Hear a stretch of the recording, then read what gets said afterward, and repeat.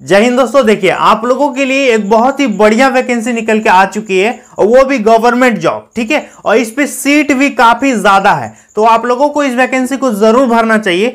दोस्तों यह जो वैकेंसी निकल के आई है इंडियन नेवी की तरफ से आई है, तो जो विद्यार्थी इंडियन नेवी में जाने के लिए इंटरेस्टेड हैं, आप सभी इस वीडियो को लास्ट तक देखिएगा। इस वीडियो में आपको हम पोस्ट से लेकर के सैलरी तक पूरा A to Z जानकारी देंगे कि कौन कौन भर सकता है, सिलेक्शन का प्रोसेस क्या है, रनिंग वगैरह कितना क्या होता है, सारा चीज बताएंगे। आप लोग वीडियो को अंत तक देखिएगा। देखिए दोस्तों, सबसे पहले बात करें इस पे पोस्ट, टोटल पोस्ट कितना है, तो टोटल पोस्ट है 2800। 2800 पद जो है इंडियन नेवी के लिए निकाला गया है और यह वैकेंसी निकाला गया है अग्निपथ योजना के तहत। आप कहलाओगे अग्निवीर। तो सीधी सी भाषा में यदि कहा जाए तो 2800 अग्निवीरों की वैकेंसी आई है इंडियन नेवी में। समझ में आ गया? तो टोटल पोस्ट कितना है 2800 और इस पे से मेल यानी पुरुषों का पोस्ट है 2240, ठीक है। 2800 में से 2240 पुरुषों का है और 560 जो है महिलाओं का है, ठीक है। यानी क्लियर हो गया कि इस पे महिलाएं भी फॉर्म भर सकती हैं और पुरुष भी फॉर्म भर सकते हैं। दोनों कैंडिडेट इसमें फॉर्म भरेंगे। तो आप इंडिया में कहीं के भी रहने वाले हो, किसी भी राज्य के रहने वाले हो, मेल हो या फिर फीमेल हो, दोनों इस वैकेंसी को भर सकते हैं। तो सीट काफी ज्यादा है, 2800 सीट है और पुरुष का 2240 है, महिलाओं का 560 है। क्लियर हो गया? चलिए अब बात करते हैं दोस्तों एज, उम्र इस पे कितना मांगा गया है। तो देखिए 17.5 से लेकर के 23 साल, ठीक है।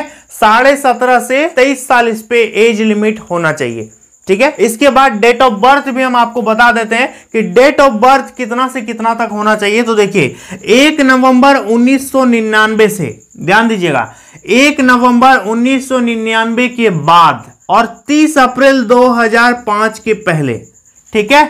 1 नवंबर 1999 के बाद और 30 अप्रैल 2005 के पहले आपका डेट ऑफ बर्थ होना चाहिए। अब बहुत सारे विद्यार्थी कमेंट करेंगे कि सर मेरा यदि यही ठो डेट ऑफ बर्थ है तो क्या होगा, 1 नवंबर 1999, तो हाँ आप फॉर्म को भर पाइएगा। और यदि आपका यही डेट ऑफ बर्थ है 30 अप्रैल 2005, तब भी आप इस वैकेंसी को भर सकते हैं। समझ में आ गया? चलिए अब बात करें दोस्तों इसका एग्जाम और फिजिकल कब होगा। तो देखिए अक्टूबर 2022 में इसका एग्जाम और फिजिकल, मतलब जो भी सिलेक्शन का प्रोसेस है वो अक्टूबर 2022 में आपका सिलेक्शन का प्रोसेस स्टार्ट होगा, ठीक है। तो आपका ये होगा अक्टूबर 2022 में। समझ में आ गया? और इंडियन नेवी जो है इन 2800 पदों के लिए अपना फाइनल जो पूरा काम है वो कब कर लेगी, मतलब फाइनल सिलेक्शन कब हो जाएगा, मेडिकल वगैरह सब हो करके, तो वो हो जाएगा 21 नवंबर 2022 को सारा प्रोसेस कंप्लीट हो जाएगा। 21 नवंबर 2022 तक ये प्रोसेस जो है इनका सिलेक्शन का कंप्लीट हो जाएगा। आपको 21 नवंबर 2022 तक इंडियन नेवी में ज्वाइन करा दिया जाएगा। समझ में आ गया? चलिए तो ध्यान दीजिएगा दोस्तों। अब बात करें रजिस्ट्रेशन का, तो रजिस्ट्रेशन कब से कब तक होगा, तो 1 जुलाई 2022 से इसका रजिस्ट्रेशन शुरू हो चुका है। 1 जुलाई 2022 से इसका रजिस्ट्रेशन जो है स्टार्ट हो चुका है। और अप्लाई की यदि बात करें तो अप्लाई आपका 15 जुलाई से होगा, ठीक है। कब से अप्लाई होगा? 15 जुलाई से इसका ऑनलाइन फॉर्म आप भर पाइएगा और रजिस्ट्रेशन इसका ऑलरेडी शुरू हो गया है। पहले आपको रजिस्ट्रेशन करना पड़ेगा और फिर आप फॉर्म को भर पाइएगा। रजिस्ट्रेशन 1 तारीख से ही शुरू हो चुका है और 15 जुलाई से इसका ऑनलाइन एप्लीकेशन जो है फिलअप किया जाएगा। समझ में आ गया? तो ये डेट क्लियर हो गया दोस्तों। चलिए अब बात करते हैं एजुकेशनल एलिजिबिलिटी के बारे में कि इस पे शैक्षणिक योग्यता आखिर कितना होना चाहिए। तो ध्यान से सुनिए, यहीं पर मेन फंडा है। आपका शैक्षणिक योग्यता इस पे मांगा गया है 10+2, यानी आप इंटरमीडिएट किए होने चाहिए और उस पे आपका मैथ और फिजिक्स के साथ, मैथ और फिजिक्स होना चाहिए इंटरमीडिएट में। समझ में आ गया? सीधी सी भाषा में कहें तो साइंस के साथ यदि आपने इंटर किया है तब आप इस वैकेंसी को भर सकते हैं। और इनके अलावे आपको इस सब में से एक सब्जेक्ट जरूर होना चाहिए, जैसे कि केमिस्ट्री, बायोलॉजी या कंप्यूटर साइंस। मैथ फिजिक्स तो होना ही चाहिए, लेकिन इन तीनों में एक ठो होना चाहिए। या तो आपका केमिस्ट्री हो सकता है,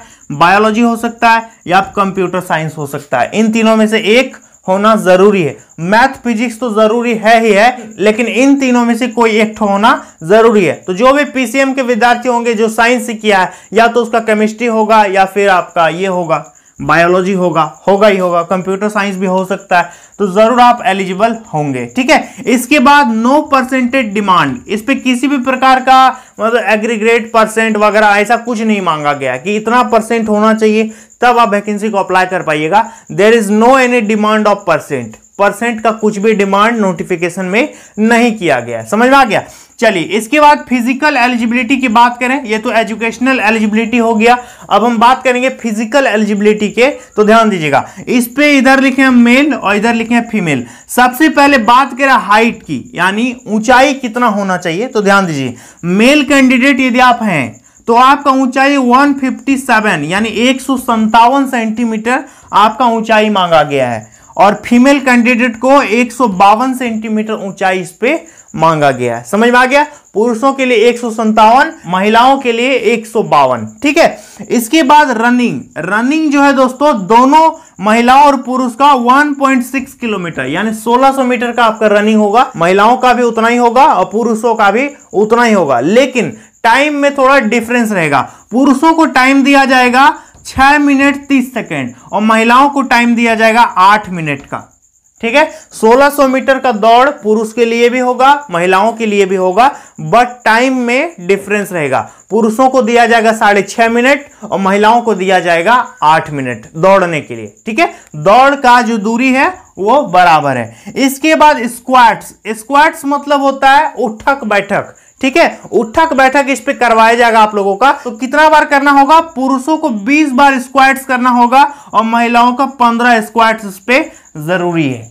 ठीक है, 15 बार मतलब उठक बैठक कराएगा महिलाओं को और 20 बार जो है पुरुषों का उठक बैठक होगा, जिसको स्क्वाट्स कहते हैं। ठीक है, इसके बाद पुशअप की यदि बात करें तो ध्यान दीजिएगा, पुरुषों का पुशअप होगा 12 पुशअप आपको करना पड़ेगा, और महिलाओं का इस पे पुशअप अप्लाइड नहीं है, महिलाओं का पुशअप नहीं होगा। ठीक है, लेकिन एक चीज है जो पुरुषों का नहीं होगा, वो है बेंट नी, इसको कहते हैं सिट्स अप। क्या कहेंगे? Sits up. ये पुरुषों का अप्लाइड नहीं है, पुरुषों में नहीं होगा। महिलाओं को 10 सिट्स अप करना पड़ेगा। महिलाओं को पुशअप नहीं करवाया तो सिट्स अप करवा रहा है। ठीक है, और यहां पर पुरुषों को सिट्स अप नहीं करवा रहा है, इनको पुशअप करवा रहा है। समझ में आ गया? तो यहां तक ये आप स्क्रीनशॉट चाहो तो ले सकते हो कि किसका कितना रनिंग होगा और टाइम कितना दिया गया है और कितना पुशअप, कितना मतलब स्क्वाट्स करना पड़ेगा, सारा चीज आपको हम बता दिए। ठीक है, चलिए अब बात करते हैं सैलरी सिस्टम।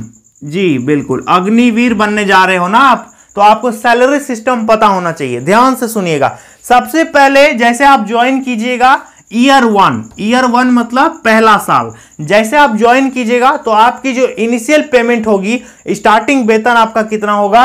30,000 आपका वेतन होगा।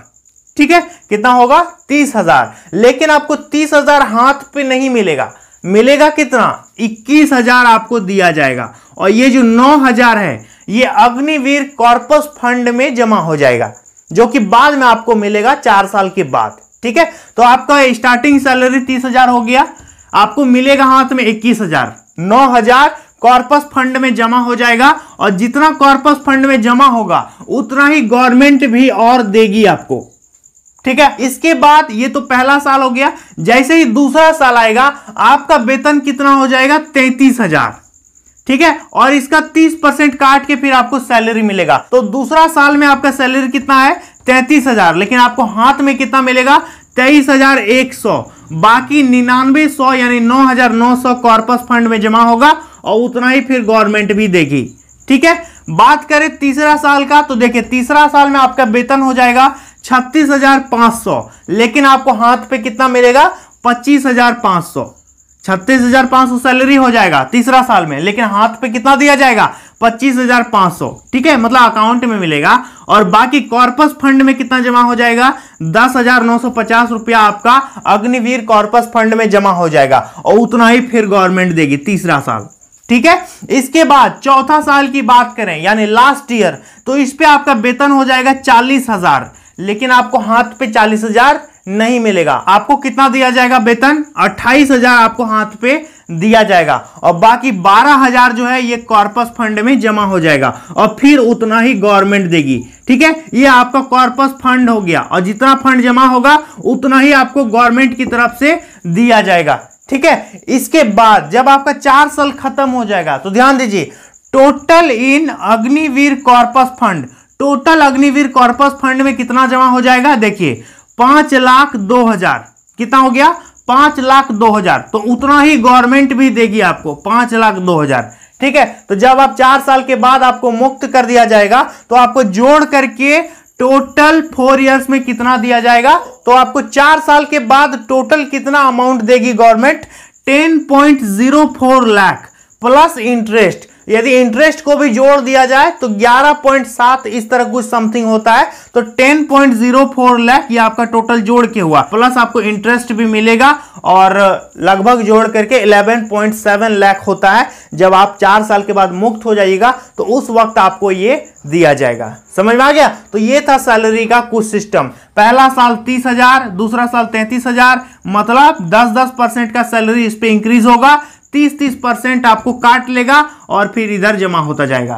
समझ में आ गया, जितना कटेगा उतना सरकार और भी देगी। समझ में आ रहा है। तो ये था सैलरी का कुछ सिस्टम। इसके बाद बात करें छुट्टी, यानी आपका लीव कितना है इस पे, तो देखिए 30 दिन का आपको गवर्नमेंट लीव दिया जाएगा, 30 दिन की छुट्टी होगी, प्लस आपको सिक लीव भी मिलेगा। लेकिन जो ऑथराइज्ड डॉक्टर होंगे वो इलाज करेंगे, यदि उनको लगेगा कि आपको नीड है सिक लीव की तब आपको सिक लीव इशू किया जाएगा। तो टोटल लीव कितना है दोस्तों, 30 डेज का आपको लीव मिलेगा, 30 दिन की आपको छुट्टी मिलेगी। तो अब आप मुझे बताइएगा कि इस वैकेंसी रिलेटेड आपको क्या क्या दिक्कत है।